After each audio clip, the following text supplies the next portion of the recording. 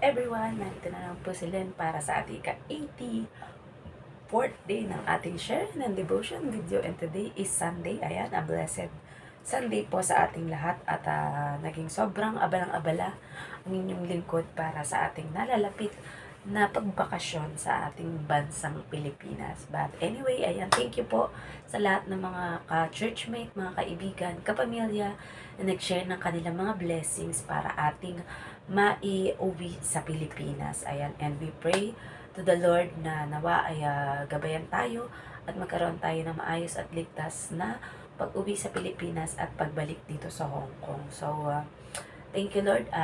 Thanking you, Lord God, is not enough para pasalamatan ka namin sa buong araw na ito at sa aming buong buhay, Panginoon, na ipinagkakaloob niyo sa amin, Panginoon, sa kalakasan, sa hininga, Panginoon, at sa mga biyaya, Panginoon, na hindi man namin ina-expect, Panginoon, ngunit ibinubuhos niyo sa amin, Panginoon. At dalangin po namin, Panginoon, na mas lalo niyo pang pagbuhusin, Panginoon, ang mga pagpapala sa amin, nang sa gayon, Panginoon, ay maging pagpapala din kami sa aming kapwa, Panginoon. And sa gagawin po namin pagbubulay-bulay ng inyong mga salita, Panginoon, ay kayo ang laging mataas, Panginoon, at kami po ay manatiling humble, Panginoon, at nagpapakumbaba sa inyo, Panginoon, na hindi namin kaya kung sa sarili lamang namin kami mananangan, Panginoon.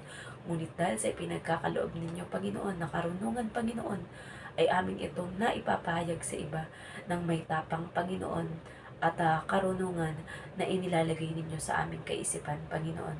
Gayon din sa paglalangis sa aming labi, Panginoon, upang ang maipapayag na ito, Panginoon, ay magkaroon ng rema at epekto, Panginoon, na positibo sa bawat tao na makakapakinig nito at makakapagbasa, Panginoon.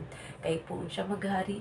Patuloy kaming nagpapasalamat, Panginoon, at walang hanggang papuri, Panginoon, sa tinapos na gawa ng inyong anak na si Jesus, Panginoon, na pagtubos sa aming kasalanan, Panginoon, na kumbaga ang aming buhay na ito sa mundo, Panginoon, ay hindi pa sapat upang mabayaran ang kanyang ginawa, Panginoon. Subalit sa inyong pagmamahal sa aming Panginoon, ay ginawa niya ito, Panginoon, ng buong puso upang matupad ang inyong kalooban, Panginoon.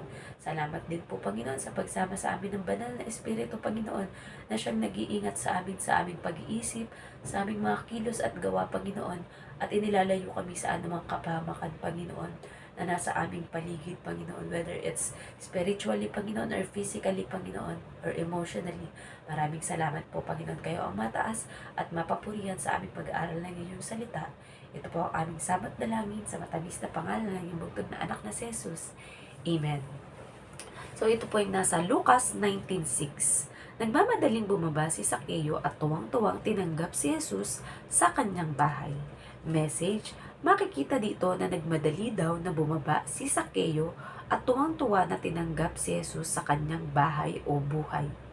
Application: ito ang patunay na kapag tinanggap o pinapasok natin sa buhay, puso at isip natin ang Diyos at si Jesus, ay may kakaibang saya tayong mararamdaman.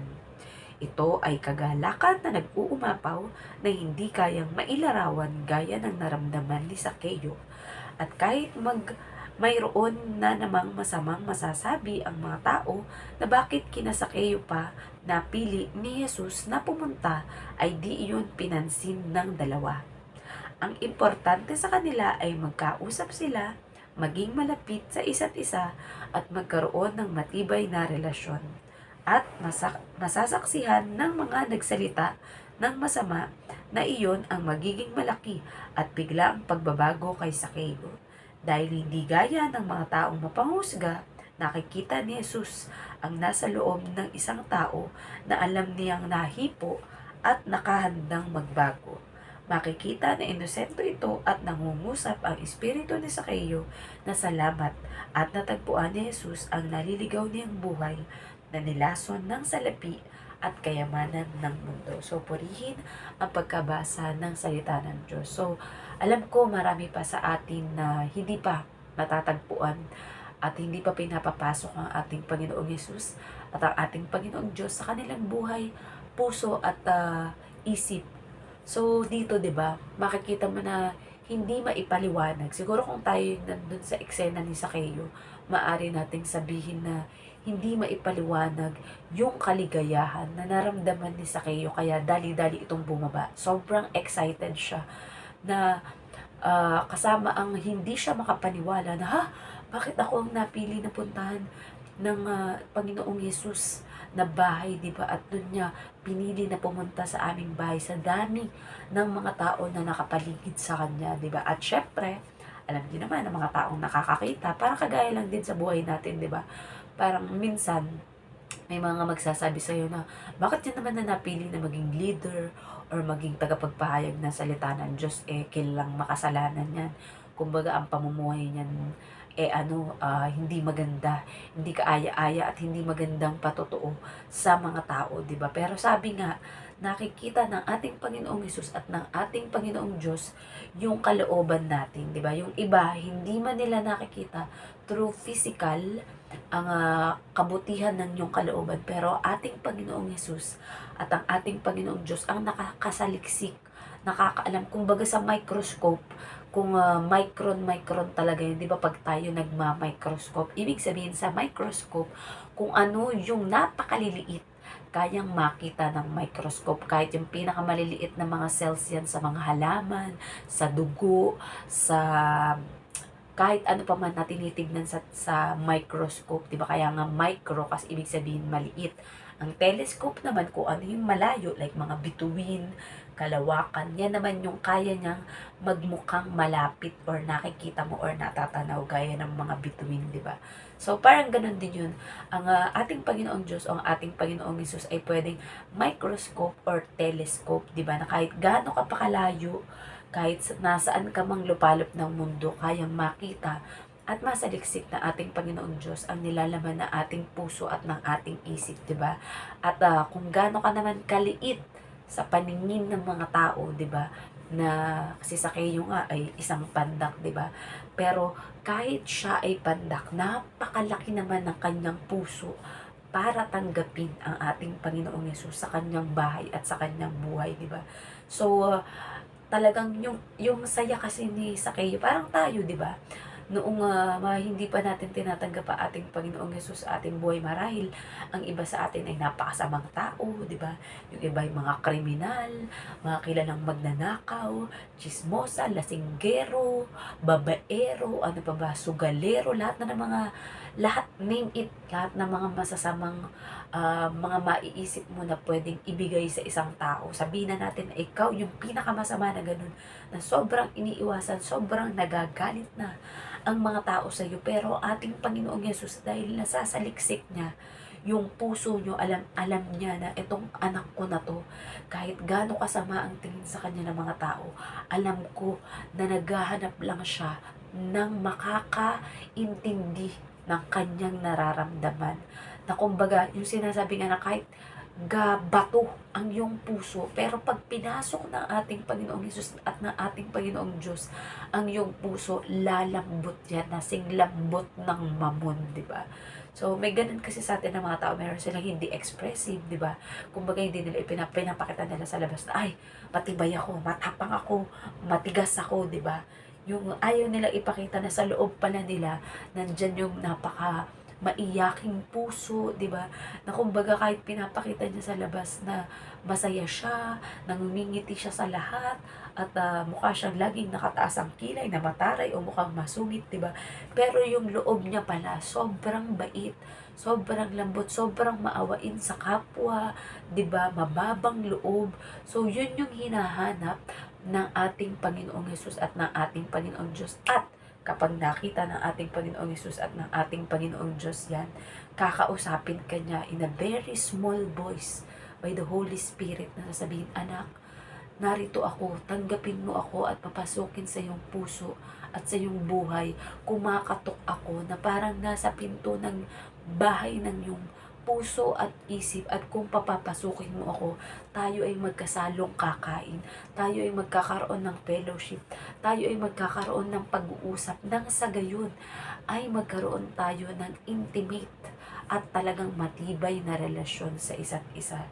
So, 'di ba? Doon yung biglang mararamdaman mo na yung parang either you can burst out into crying and into sobrang saya, 'di ba? Yung sinasabing tears of joy, 'di ba? So, kagaya ngayon sa nararamdaman ko, 'di ba? Na how I expressed every one of you na yung pagtanggap natin sa ating Panginoong Diyos at sa ating Panginoong Yesus sa ating buhay is eto, kahit nakikita nyo na, di ba, napapaluha ako sa sobrang touch na nararamdaman ko, kahit ine ah, ine-echo ko lang ito sa inyo or sinasabi ko sa inyo, di ba? Pero grabe yung feeling nyo, parang gusto mo maglupasay sa sobrang saya, gusto mo maglulundag, magsasayaw, umawit sa ating Panginoon Diyos sa sobrang gaan ng pakiramdam na nararamdaman mo dahil sa wakas, nakalaya na ako sa lahat ng mga nagpapaalipin sa akin. Ang Diyos lang pala at ang ating Panginoong Yesus ang kasagutan sa lahat ng mga problema at nakakapagpabigat sa aking kalooban, di ba? Kaya mapapasabi ka na lang, thank you Lord, salamat po Lord, hallelujah, and glory to you Lord God.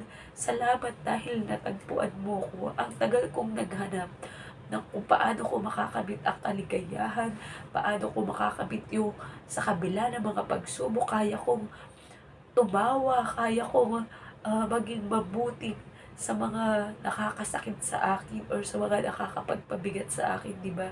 And nagagawa ko lang yun dahil tinanggap ko kayo, Panginoong Yesus, bilang Diyos at tagapagligtas na aking buhay.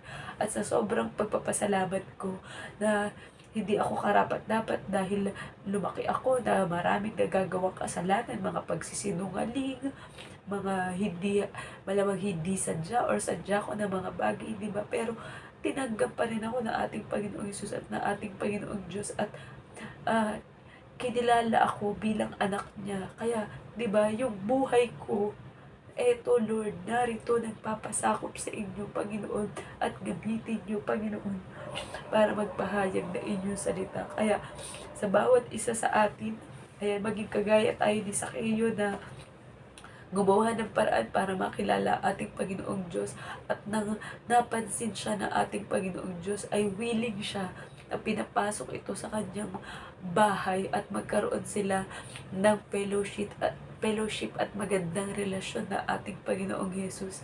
So sa buhay natin, yan ang hindi kayang pantayan ng pera, ng kayamanan, ng anumang kalayawan dito sa mundo. Pero I tell you mga kapatid at kaibigan, once na nagkaroon kayo ng talagang intimate na pakikipag-usap, panalangin, and you can cry it out, pwede mo iiyak lahat sa Diyos, isigaw lahat sa Diyos, isumbong lahat sa Diyos, hanggang sa gumaan yung iyong pakiramdam, kapatid. Dahil, grabe, iba talaga sa pakiramdam kapag ang Diyos ang pumasok sa ating buhay. Kaya nawa mga kapatid ay nagkaroon kayo ng kaalaman sa ating pagbubuli-buli na ito ng salita ng Diyos, at bukas po ulit dahil sobrang natouch ako, tas lalo na trigger tuloy na yan, may sipon na tayo. So, tayo po ay mag-end up into closing prayer. Ang maraming Diyos na makapangyarihan sa lahat, tunay po, Panginoon, na napakabuti ninyo, Panginoon. And walang hanggan ang pag-ibig nyo sa amin, Panginoon. Hindi namin kayang ma-imagine, Panginoon, kung gaano katindi ang pagmamahal nyo sa amin, Panginoon. Na lagi kayong nandyan, Panginoon. Iniintay lang ang bawat isa sa amin, Panginoon, na lumapit at pakinggan ang inyong boses o ang inyong salita, Panginoon, na tumatawag sa amin, anak, tawagin mo ako. Anak, lumapit ka sa akin. At anak, papasukin mo kami ni Jesus sa iyong buhay nang sa gayon. Ang iyong napapagod na puso, ang iyong napapagod na kalooban sa lahat ng mga problema na pinagdadaanan mo. Either it's physical, either it's financial, either it's about health, na sinasabi ng iba na hindi nagagaling, at ayos mo sa iyong kapwa o sa iyong mga kapamilya na sa patingin ng iba ito ay imposible na dahil sobrang sama mo or sobrang dami na nagawa mo pagkakasala at ng kapwa mo sa iyo. Pero believe me, kapatid, kapag ang Panginoong Yesus ang pumasok sa iyong puso at sa iyong isip at sa iyong buhay, miracle happen to each and everyone. Hindi mo mai-imagine na, bigla na lang nangyari ito at mapapasabi ka na na salamat sa Diyos. Hallelujah and glory to God. So, I believe na sa bawat isa sa atin, tayo ay nakahanda na palayain tayo ng ating Panginoong Diyos at ating Panginoong Jesus sa anumang nagiging kulungan ng ating espiritu. Kaya nawa sa ating pagbubulay-bulay ng salita ng Diyos na ito ay nahihipo ang inyong puso at masasabi mo sa sarili mo na magkakaroon kayo ng matibay na relasyon na ating Panginoon Diyos at na ating Panginoong Yesus. Muli, Panginoon, kayo ang laging mapapurihan sa aming buhay at nawa ang inyong kaluwalhatian ay magliwanag sa bawat isa sa aming Panginoon upang masabi ng mga tao, Panginoon, na tunay nga na ang taong ito ay nananampalataya sa ating Panginoon Diyos at naglilingkod sa ating Panginoong Diyos. Ngunit ang higit na mapapurihan ay ating Panginoong Diyos at hindi ang inyong mga lingkod na ginagamit ang kanilang buhay para magsilbi sa inyo, Panginoon. Muli, binabalik po namin ang lahat ng papuri at pasasalamat sa tanging pangalan ng inyong bugtong na anak na si Jesus. Amen. Good night po sa ating lahat and God bless. Bye!